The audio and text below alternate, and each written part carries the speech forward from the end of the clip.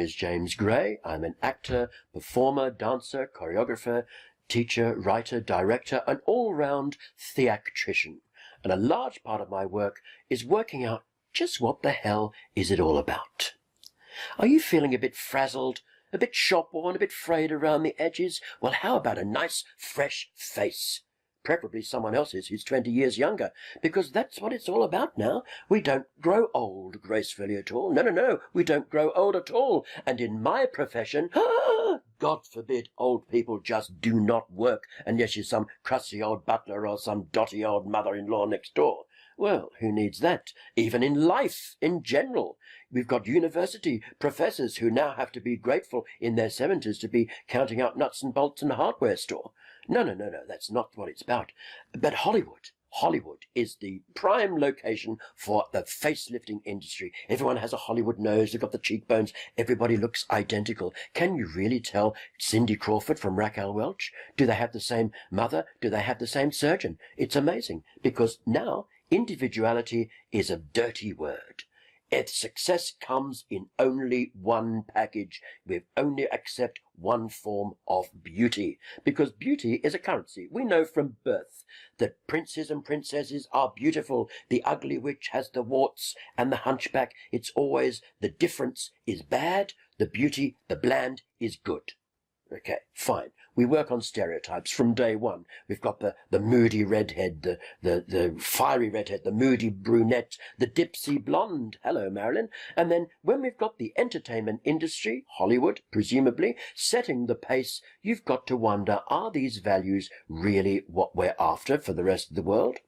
We know that it's an industry where every cheerleader can become a Playboy bunny at the age of Kleenex and disposable Pepsi, and everything's now, go. And you look around in life, because now experience is a dirty word.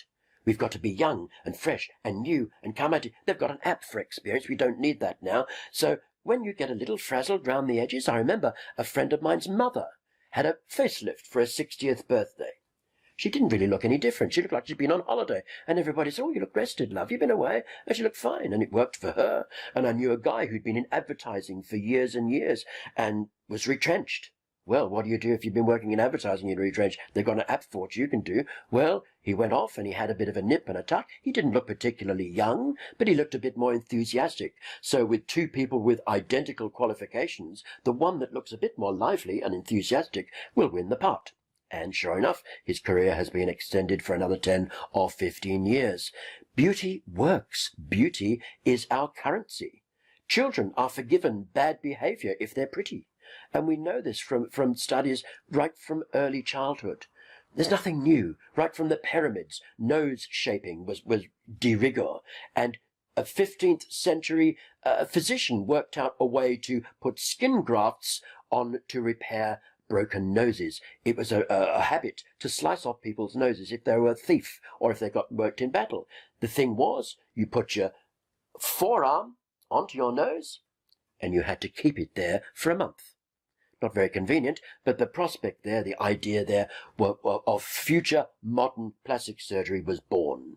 In fact, plastic surgery as we know it today came about in France in about 1880, and it was designed to repair soldiers coming back from the wars. But it didn't take long before the charlatans to work out that there's a market in Hollywood and the society ladies and the professional beauties, and away they went. And so became the modern facelifting industry as we know it. Trivial nonsense for trivial nonsense sake. And we've now got this whole range of lumpy middle-aged women with lumpy burns victim facelifts. And it's funny how any comment about their face is never negative, or it's always negative and positive. It's never positive. Never positive. It's always negative. So you wonder, now the big thing of the day is the status of being able to afford a facelift, not necessarily the end results. Jocelyn Wilderstein, remember the art dealer's wife from Paris, the Catwoman. How would any surgeon put his name to that kind of work? Does she not have a mirror in her house? Can she not see how weird and strange she looks? Maybe has this dysmorphia where they think more and more. Liberace had so much skin taken off his eyelids, he slept with his eyes open. He had to employ a houseboy to come and drop drops in his eyes throughout the night. Is this really what we want?